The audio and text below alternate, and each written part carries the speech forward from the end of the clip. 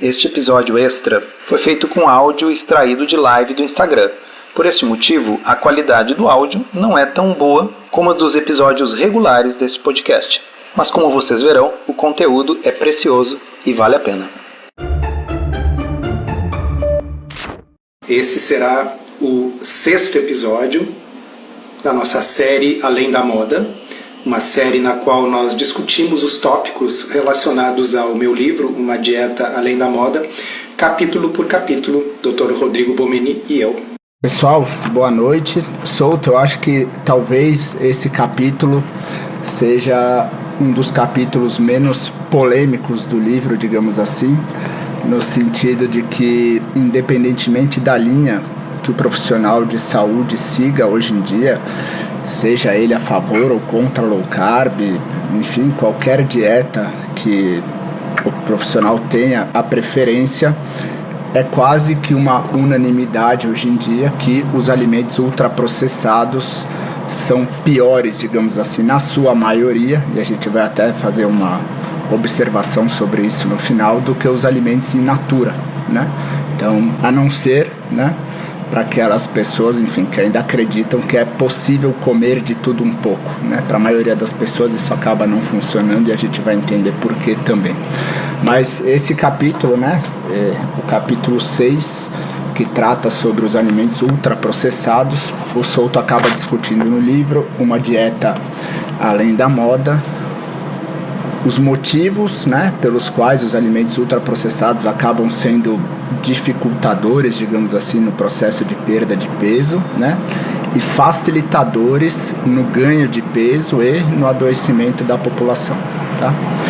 E o capítulo começa descrevendo algo que, enfim, é aclamado por todas as sociedades, inclusive por sociedades internacionais, né, que é o Guia Alimentar da População Brasileira, que, enfim, tem diversos pontos positivos.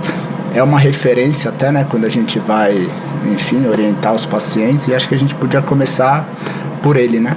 O Guia Alimentar Brasileiro, eu me lembro bem quando ele foi lançado, vai fazer 10 anos agora, em 2024. E ele trazia como grande novidade desviar o foco da questão exclusivamente dos macronutrientes. Então, até então, o foco era o quê? Naquela pirâmide alimentar. A base deveria ser pães, massas, biscoitos, arroz, batata, enfim, carboidratos, né? As proteínas estavam lá em cima para serem consumidas com mais moderação. E as gorduras, então, estavam lá junto com os açúcares como coisas para consumir muito pouco. E o Guia Alimentar Brasileiro de 2014, ele mudou essa perspectiva para evitar alimentos ultraprocessados e preferir alimentos in natura. E a pessoa que estava por trás desse projeto era o Dr. Monteiro.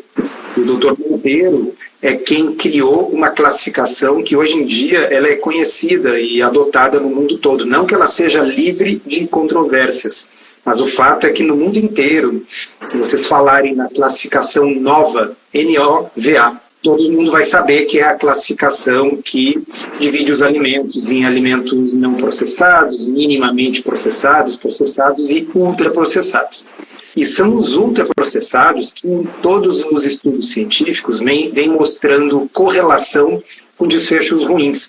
Então hoje a gente tem estudos observacionais, na verdade, mostrando correlação de alimentos ultraprocessados com tudo, desde obesidade, câncer, doença cardiovascular, diabetes, Alzheimer, o que vocês pensarem, a gente vai encontrar essas associações. E uma historinha engraçada que eu acho que vale a gente dizer para vocês é o seguinte: eu imaginava que NOVA era um acrônimo, N de alguma coisa, O de outra, V.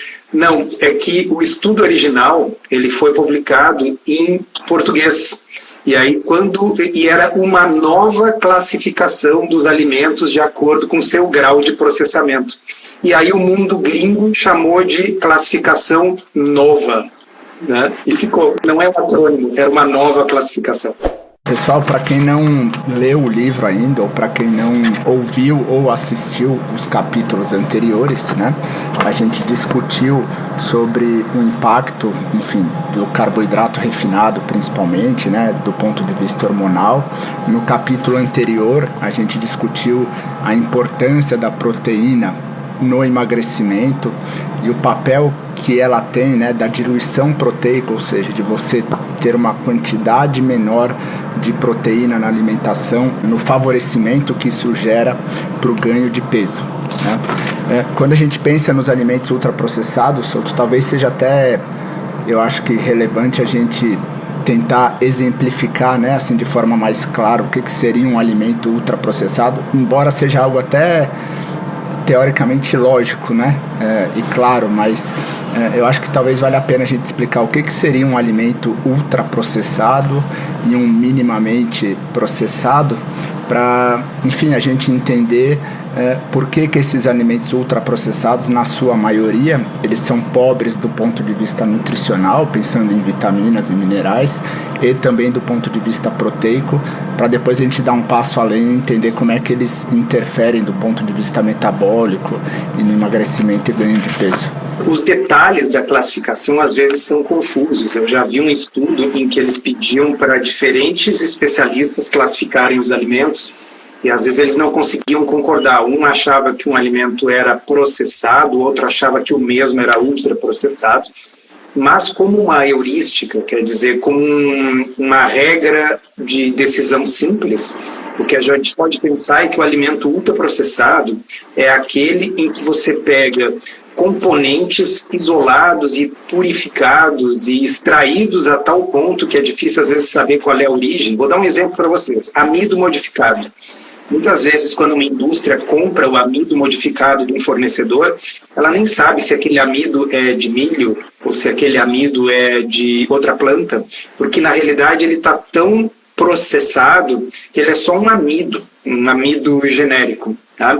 Então, os alimentos ultraprocessados tendem a ser compostos desses componentes industriais purificados, isolados e depois rejuntados para formar um alimento que, em princípio, não deveria nem ter gosto, mas aí o gosto é acrescentado com realçadores de sabor, com aromatizantes, todo tipo de engenharia de alimentos que consegue transformar o que frequentemente não passa de amido, sal, açúcar e gordura vegetal em algo que para muita gente é irresistível. E aí vem aquele famoso slogan que é impossível comer um só.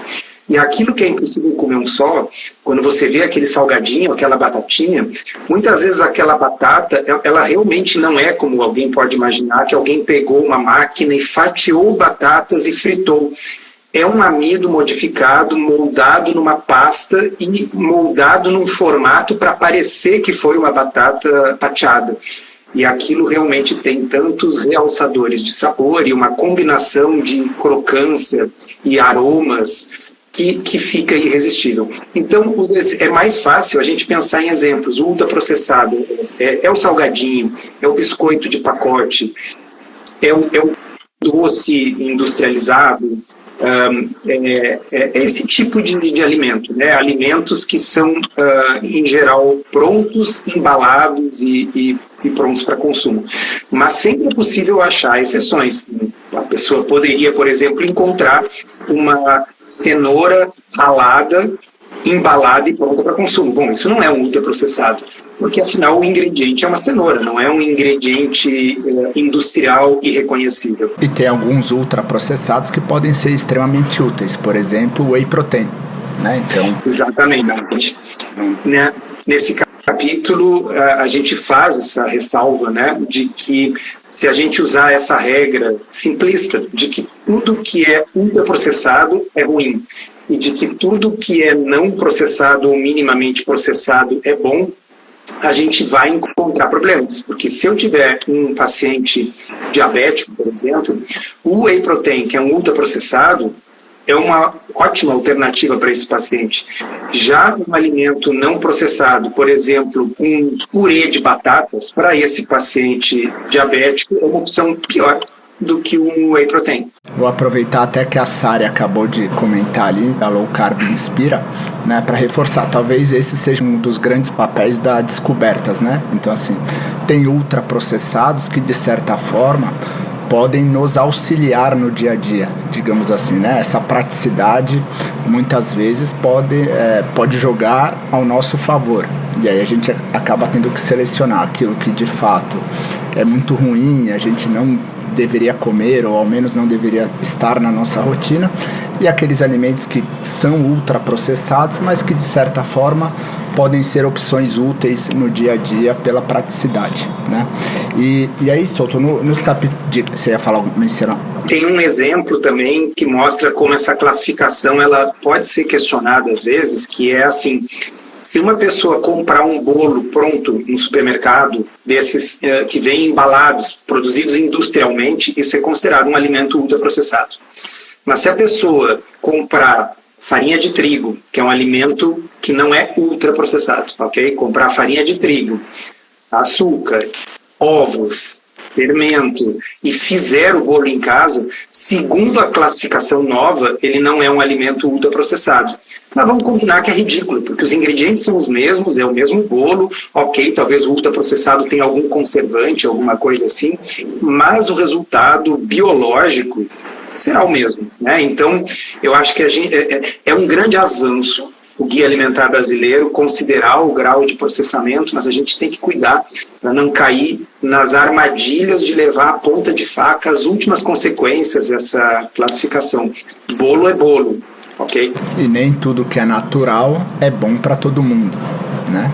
Então a gente vai até comentar sobre isso. Nos capítulos anteriores a gente falou muito sobre os artigos do Kevin Hall, né, que é um pesquisador que faz muitos estudos nessa área da alimentação, e em relação aos ultraprocessados ele também tem um estudo muito marcante, né, e com conclusões muito interessantes, comparando dois grupos, né, de ultraprocessados com comida in natura, e ele trouxe conclusões e reflexões muito interessantes. Acho que talvez seja um estudo que vale a pena a gente comentar.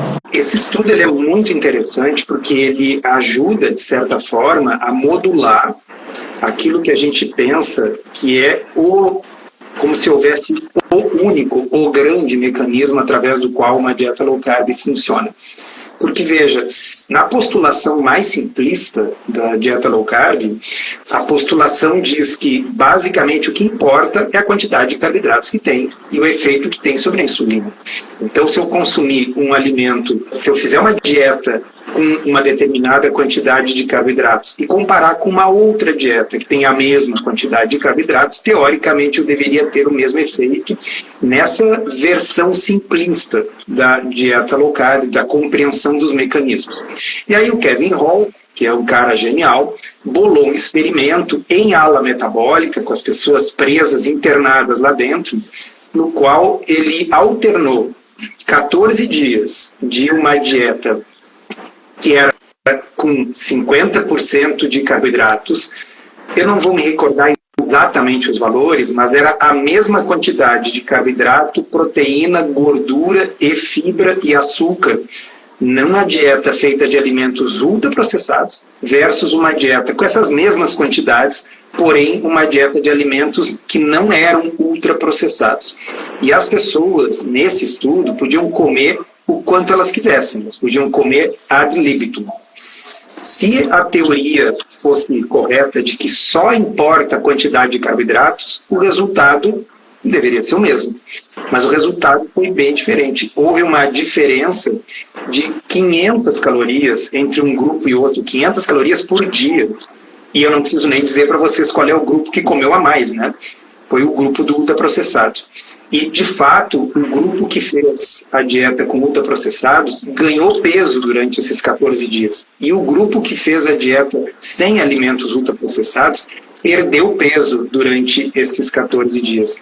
E vou repetir porque é importante. A quantidade de carboidratos nos dois grupos era a mesma. E de fibra e do resto também, de proteína inclusive. Então, a diferença era realmente o grau de processamento. E tem um ponto, né, Souto, que eu acho que é muito importante nesse estudo, que é a densidade calórica, né? Ou seja, a quantidade de calorias por grama do alimento também era a mesma. Exato, até porque ele já tinha feito um estudo previamente, e nós ventilamos esse estudo aqui, que mostrava que a densidade calórica é importante. Se você fizer, e era o caso daquele estudo anterior, uma dieta cetogênica, low carb, mas essa cetogênica tiver uma densidade calórica muito alta, quer dizer, tem muito queijo, creme de leite, oleaginosas, pasta de amendoim, ela é low carb, mas as pessoas acabaram emagrecendo menos do que uma outra dieta que não era low carb, mas que tinha uma densidade calórica mais baixa. Ambos os grupos tinham emagrecido. Então, ele já sabendo que a densidade calórica era importante, e para evitar qualquer crítica, ele tomou o cuidado de, inclusive, equalizar a densidade calórica entre os dois grupos. A única diferença aí nesse estudo do Kevin Hall é que um grupo consumia uma dieta ultraprocessada e a outra menos processada, e já deu essa diferença. E aí entra-se na discussão, né, Rodrigo, do que explicaria esse fenômeno. Tem um ponto interessante que os dois grupos tiveram a mesma satisfação nas duas dietas, né, no score que eles utilizaram, né? Um ponto que eu acho que é muito interessante é assim, nesse estudo de ultraprocessado, tudo isso foi pareado, né? Quando a gente pensa na realidade, o nosso ultraprocessamento, ele é ainda pior, entre aspas. Em que sentido, né? Os alimentos ultraprocessados, na sua maioria, eles têm uma quantidade menor de proteína. Ou seja, quando uma pessoa, na realidade, em vida real, tem como base alimentos ultraprocessados, ela come uma quantidade menor de proteína por grama. Os alimentos ultraprocessados, na realidade, eles são mais densos do ponto de vista calórico, ou seja, eles têm uma quantidade maior de calorias por grama. E eles também são mais prazerosos, né, Souto? E talvez esse seja um dos grandes pontos. Eles são extremamente hiperpalatáveis, a gente tem muito prazer. É difícil você atender no consultório ou ter uma queixa de alguém que tem dificuldade, eu não consigo me controlar quando eu começo a comer salmão, né? Ou eu tenho muita dificuldade até mesmo com arroz e feijão, às vezes tem, mas é difícil. Agora, já com esses alimentos ultraprocessados, eles são extremamente prazerosos, hiperpalatáveis, e isso acaba aumentando muito o consumo. Teve um estudo que, esse não está no livro, mas eu me lembrei agora de citar para vocês, que quando você vai fazer um estudo com roedores, dá para encomendar dietas específicas. A indústria fornece dietas para os roedores para diversas coisas. Digamos que eu queira que o meu ratinho engorde, então eu tenho lá uma dieta hipercalórica para engordar ratinhos. E aí, uma vez, os pesquisadores fizeram um estudo chamado Cafeteria Diet, que o que eles fizeram foi, ao invés de comprar uma dieta comercialmente disponível para engordar roedores, eles foram na cafeteria do hospital onde eles trabalhavam e compraram o tipo de coisa que tinha lá, entendeu? Doces, todo tipo de pastelaria, esse tipo de coisa, e isso engordou os roedores muito mais do que as dietas especificamente criadas para engordar roedores, ou seja, as dietas que nós criamos para nós, elas são mais eficazes para engordar do que as dietas criadas especificamente para engordar os animais de laboratório. E, obviamente, a explicação só pode ter a ver com a hiperpalatabilidade, quer dizer, é muito gostoso. O nosso cérebro, ele foi calibrado por milhões de anos de evolução para aquilo que existe na natureza. Então, a gente gosta do gosto doce, porque alimentos doces na natureza são exclusivamente as frutas e o mel, né? São alimentos que a gente vai ter uma recompensa no sentido de calorias, mas não existia pomar durante a maior parte da evolução do ser humano. Quando você encontrava uma fruta madura antes que o macaco encontrasse a mesma fruta, era sorte. Tá? Da mesma forma, nós somos calibrados para alimentos gordurosos e a carne de caça, ela tende a ser uma carne magra, diferente dos animais que a gente selecionou para terem uma gordura extra. Então, ter esses desejos numa situação em que a disponibilidade dessas coisas é relativamente escassa, é uma coisa evolutivamente favorável. Ajuda você a fazer um esforço para procurar uma coisa doce ou um alimento mais calórico. Mas num ambiente de abundância, e quando você coloca essas coisas num nível que na natureza nunca existiu, quer dizer, você concentrou o açúcar, você refinou o açúcar, você concentrou as gorduras, você combinou o açúcar e a gordura, que na natureza não existem juntos, né? É aquilo que a gente sempre diz, a laranja, ela é doce, mas ela não é gorda. O abacate é gordo, mas não é doce. A mistura das duas coisas é hiperpalatável. E o nosso cérebro, ele não está habilitado a saber o que fazer com isso? Então ele entra no modo, nossa, é isso que eu quero mais. Então a hiperpalatabilidade é uma coisa importante. E isso tem implicações, né, Rodrigo? Inclusive para quem está fazendo uma dieta low carb e não está comendo carboidrato, mas pode estar consumindo alimentos de baixo carboidrato hiperpalatáveis, famosas receitinhas irresistíveis, né? Se a gente for pensar até do ponto de vista comportamental, esse excesso de prazer justifica muito porque da fome emocional, digamos assim, você tem um gatilho que é a emoção, né? E aí você come determinado alimento, tem um prazer, e aquilo seria a sua recompensa, né? Então, do ponto de vista neuronal, você fecha o ciclo ali. Você tem um gatilho, cria uma ação com uma recompensa, né? Então, dificilmente alguém com fome emocional come algum alimento que não lhe dê prazer, né? A busca, geralmente, é por uma atividade prazerosa. Tem um outro ponto que é interessante, que é o seguinte, do ponto de vista genético, né? O que muito se fala é que a influência da genética na obesidade seria isso, né? Tem determinados perfis genéticos, digamos assim, que teriam mais dificuldade de viver nesse ambiente que a gente vive hoje, né? Então são pessoas que têm maior dificuldade de controle, sentem mais prazer com esses alimentos, e por isso que é tão difícil, é algo que não depende, assim, claro que força de vontade, motivação sempre ajuda, mas é algo que às vezes vai além da força de vontade e motivação. Tem um ponto que é interessante, Souto, que eu acho que vale sempre ressaltar, né? Recentemente eu até fiz um post sobre isso, que é, enfim, a gente fala muito de comer comida de verdade e tal. Quando a gente olha, inclusive, a prevalência de obesidade, né, a gente vê que é uma doença que, embora prevalente em todas as classes sociais, assim como todas as doenças crônicas, ela acaba sendo muito prevalente também em classes sociais mais baixas, né? Que é esse ponto que, querendo ou não, e que é um fator que justifica até esse aumento do consumo de alimentos ultraprocessados, comer alimentos ultraprocessados, na sua maioria, é mais barato do que comer comida de verdade, né? Então... Até porque os insumos são muito baratos. Os insumos mais baratos que a gente vai encontrar são amidos, açúcares e óleos vegetais, que é basicamente o que constitui os alimentos ultraprocessados. Eles são permutações dessas coisas acrescentadas de aromas e realçadores de sabor.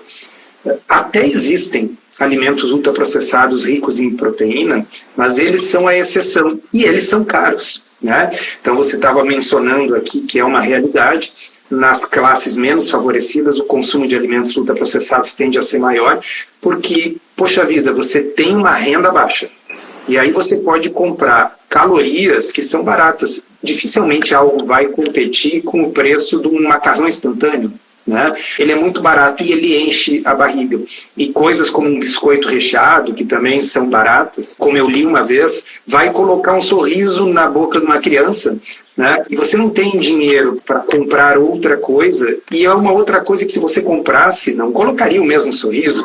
Então é um dilema social muito grande, né? A gente, no fundo, está explorando essas vulnerabilidades do nosso cérebro com esses alimentos ultraprocessados.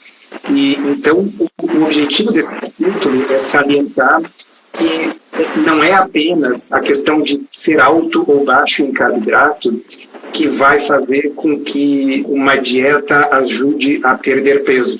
Nós podemos ter uma dieta que seja com a mesma quantidade de carboidratos, mas que seja menos processada. Isso também já ajuda, né? Então a ideia é mostrar para as pessoas no livro que a obesidade é um fenômeno multifatorial. Então, sim, a questão da insulina é importante, sim, a quantidade de carboidratos é importante, mas também, aqui no caso, o grau de processamento, a gente não pode esquecer dele. E há uma sobreposição, né, Rodrigo? Porque quando você pega um paciente que está fazendo uma dieta de alto carboidrato, ela tende a conter mais ultraprocessados.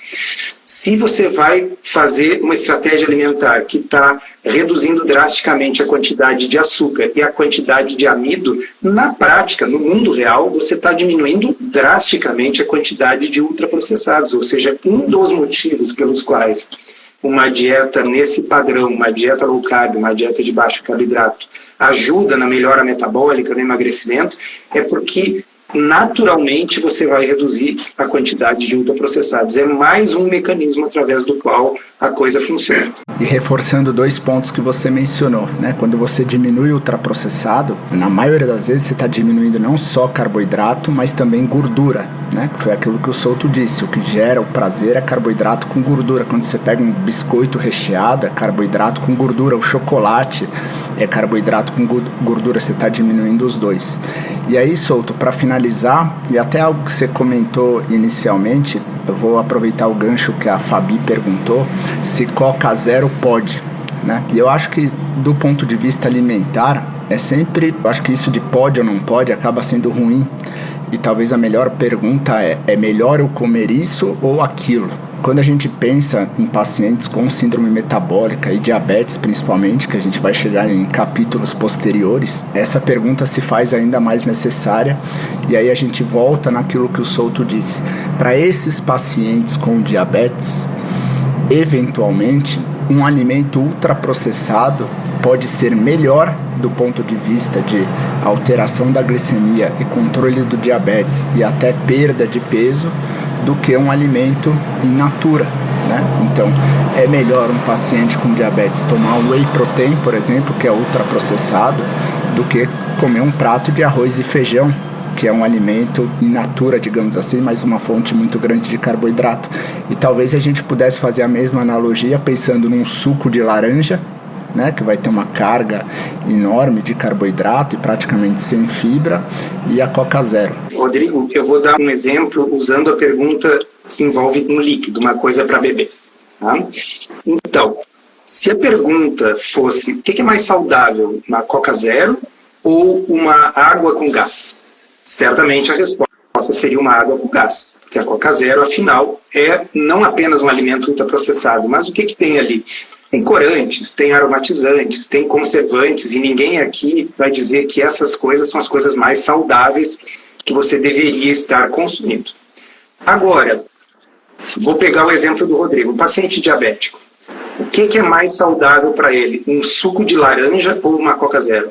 É totalmente a Coca Zero, tá? Porque o suco de laranja tem uma quantidade de açúcar que não é muito diferente do que você encontraria no refrigerante normal. Ah, mas o suco de laranja é natural, exprimido em casa. Sim, mas todo o açúcar é natural. O açúcar do açucareiro veio de uma planta também, veio da cana de açúcar. Né? De modo que a gente tem que saber o contexto em que a gente está trabalhando. Para fins de emagrecimento, para fins de problemas metabólicos, como o diabetes e síndrome metabólica, eu não vejo problema no consumo de refrigerantes zero. E isso continua sendo verdade ao mesmo tempo que a resposta para a pergunta, o que é melhor, tomar um refrigerante zero ou consumir uma limonada sem açúcar? Não, a limonada sem açúcar é melhor. Né? Então é sempre uma questão de comparação. Mas é importante que fique claro, porque circula aí na internet, sempre tem alguém dizendo, nossa, isso é um veneno, oh, isso é pior do que um refrigerante normal. Os estudos científicos, os ensaios clínicos randomizados, que foram feitos e que demonstraram que uma dieta de baixo carboidrato produz emagrecimento, ou que uma dieta de baixo carboidrato ajuda a colocar o diabetes tipo 2 em remissão, eles permitiam, na sua maioria, o consumo de refrigerantes dietéticos e o uso de adoçantes não calóricos. Então, se os estudos que mostraram tudo isso permitem, a gente não pode chegar e dizer que não, que não dá. Então, a resposta mais simples é, comparado com água, a água é melhor. Mas comparado com algo que tem açúcar, mesmo que esse açúcar seja natural, o refrigerante zero ainda sai ganhando. Então é isso, pessoal. Então hoje a gente falou sobre os alimentos ultraprocessados. Talvez seja uma das principais orientações nutricionais no começo de qualquer consulta, né? Eu acho que é diminuir o consumo de alimentos ultraprocessados e aumentar o consumo de proteína. Eu acho que isso, como um ponto de partida, já facilitaria muito o processo de emagrecimento da maioria das pessoas e provavelmente levaria a uma melhora da saúde. No nosso próximo capítulo, a gente vai começar a parte 2 do livro, que é a ciência e a prática. Então, no capítulo 7, o que eu devo comer, então vai ser um capítulo mais prático. A gente vai falar no capítulo 8 sobre dieta low carb e emagrecimento, e no capítulo 9, talvez um dos mais interessantes, resistência à insulina, síndrome metabólica e diabetes, tá? Para quem não tem o livro, então a capa do livro é esse aqui. Embora muito barato, agora na Black Friday ele ainda estava mais barato, né? Acho que tem uma série de promoções na Amazon, continua sendo um dos livros mais vendidos, né? Então continua ali figurando entre os mais vendidos em vários setores, e principalmente na Amazon. Para quem lê um livro, né, Souto, acho que vale a pena ressaltar a importância de vocês deixarem a avaliação e o seu comentário, porque isso ajuda muito ali nas vendas, e a ideia é que, enfim, cada vez mais pessoas interessadas em cuidar da própria saúde, profissionais da saúde, enfim, possam ler o livro, ter contato com essas referências científicas e assim, enfim, o propósito do livro, que era romper a bolha daqueles que vivem dentro da dieta low carb, enfim, já seguem, que, enfim, isso possa se expandir para outras pessoas. E não sei se tem algum evento próximo, Souto, se você quiser, depois de tantos, né, toda semana teve um evento em cada estado do país, não sei se tem algum para a próxima semana. Não, agora não tem mais, salvo se alguém em algum lugar do país topar organizar um, tá? A gente vai, né? Só precisa organizar. Vou reforçar isso que o Rodrigo falou, cada um de vocês que bota lá um comentário, as estrelinhas e tal, ajuda a ranquear o livro na Amazon, de modo que quando alguém abre a página inicial da Amazon, pode aparecer a sugestão, né, como um livro sugerido pelo próprio algoritmo, né? Sempre ajuda. Isso que o Rodrigo falou, que é o mais importante aqui, que é furar a bolha. Inclusive aqueles de vocês que conhecem, têm proximidade com algum profissional de saúde, nutricionista, médico e tal, quiserem dar uma cópia do livro de presente, isso pode mudar a vida daquele profissional, e se mudar a vida daquele profissional, vai mudar a vida de muita gente. Muito bom.